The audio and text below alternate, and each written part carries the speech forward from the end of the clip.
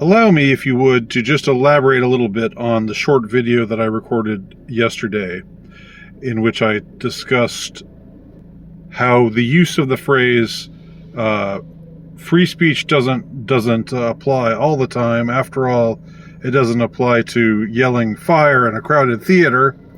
How that is essentially a ruse and a con and a rhetorical scam job. And ultimately what it reveals, if you come across someone who pulls out the fire in a crowded theater line, you know that that person is not operating with intellectual honesty.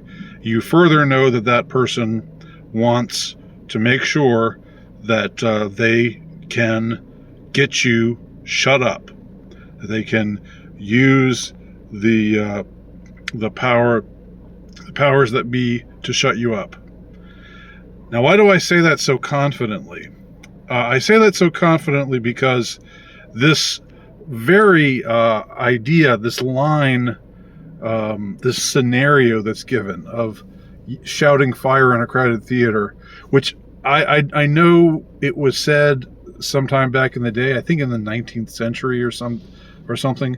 I don't respect the person who said it enough to research and find out who it was who said it, because I just feel that the person who said it is probably not someone that I would like, because the metaphor that he used is so given to mischief.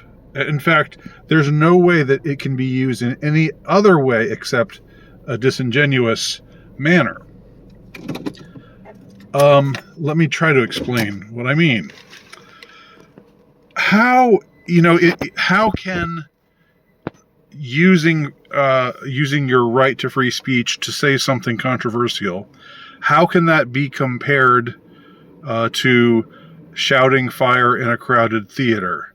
Well, it can actually be compared in many ways, because if you say something, if you make use of your right to freedom of speech and you say something that is controversial, then what are you metaphorically doing?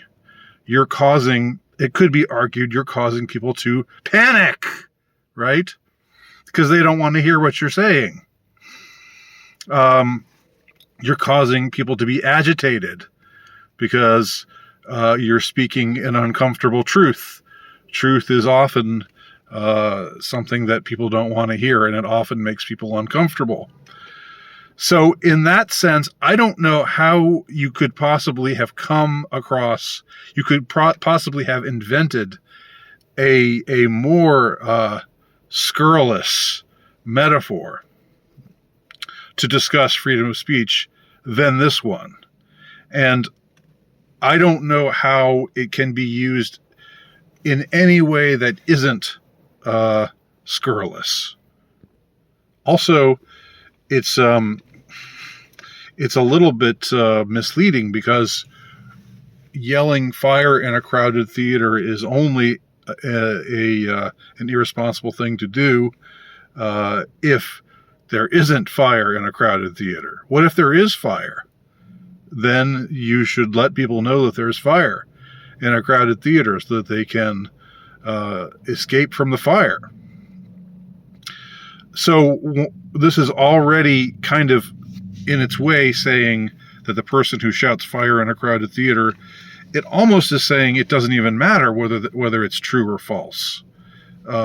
It's just that there's something about alarming people or agitating people or causing people, to maybe behave in a way that will be detrimental, because people will trample over other people trying to get out of the crowded theater that's on fire. Now, when I hear people talk about the Alex Jones case, yes, it pisses me the hell off. Not because I'm a particular fan of Alex Jones. I think he's a buffoon. So I'm not protecting him. But I think the whole notion that, oh, well, he said these things and it made people do irresponsible things that hurt a lot of people, it hurt these grieving parents. So indirectly, Alex Jones is responsible for hurting these grieving parents for the things, because he advocated what he advocated. Again, as I've said before, either there's free speech or there isn't. Either you get to differ from what they tell you on the television happened during a given alleged event, or you just have to parrot what the TV tells you. Or the other choice that I was given in my exchange with Catherine Lee, or default friend, was, there are some things he could have said that would have been okay. That would have, if he had said, I'm not going to get into any specifics. I really don't want to bring up the case itself, because if ever there was a briar patch, that is it. But what Catherine D essentially told me was, it would have been not so bad if Alex Jones had said X, which differs from Y being the official story. If he had said X, if he had said X in contradistinction to the official story, then that wouldn't have been so bad. But instead of saying X, he said A. And saying A in response to the official story was so out of bounds. And to be fair, I don't know whether default friend Catherine D was saying that he deserved to get sued for hundreds of millions of dollars, almost $1 billion. I don't know what her position on that is or not, but her position was that he, quote, fucked up by saying what he said. And I want to know, does freedom of speech exist, or does it not exist? And again, I return to that same scurrilous metaphor said by some surely very dishonest man who had an agenda to shut people up. That's what I am so confident, because the metaphor is so offensive to me, and its implications are can only be applied in a way that essentially says that freedom of speech is limited. That freedom of speech, and I'm not talking about libel, I'm not talking about slander. We all know that those things are not kosher. Those don't fall under the rubric of freedom of speech. But saying something, but stating an unpopular opinion, like Alex Jones or Kanye West or Andy Nowicki, or anybody else, it can always be metaphorically compared to shouting fire in a crowded theater. And that's what they said about Jones, right? That he was irresponsible. His rhetoric was irresponsible. Not really. He just proposed a take on events that was different from what they were telling us on television. But because it could be said to have had the metaphorical effect of something similar to what shouting fire in a crowded theater would have. Maybe there was a fire. Maybe there was a fire and he was alerting us to it.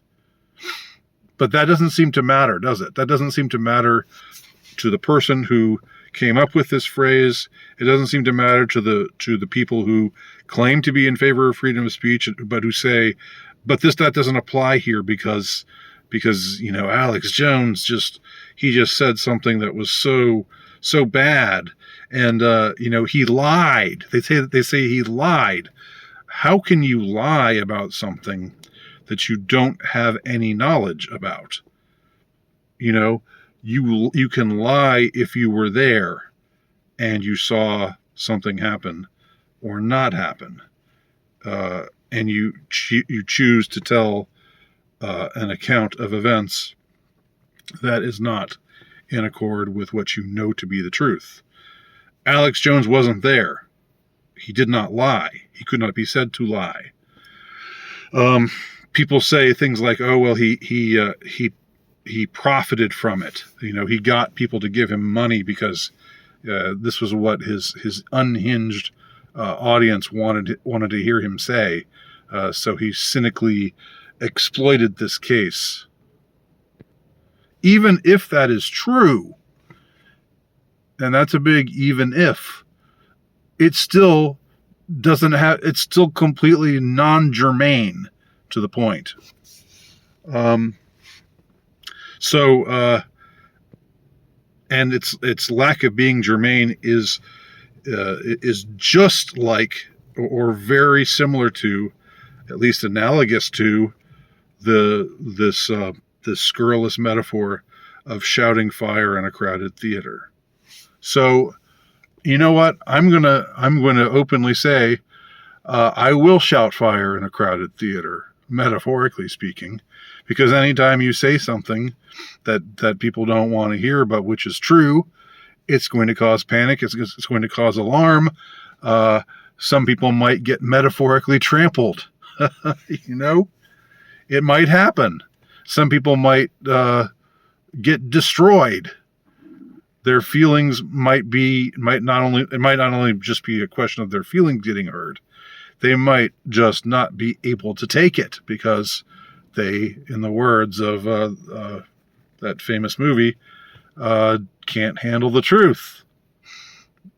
So, this is my expansion of what I mentioned yesterday about this metaphor that some creep, some person that I hate, even though I don't know who he is or was, but I do know that he was up to no good, rhetorically or otherwise.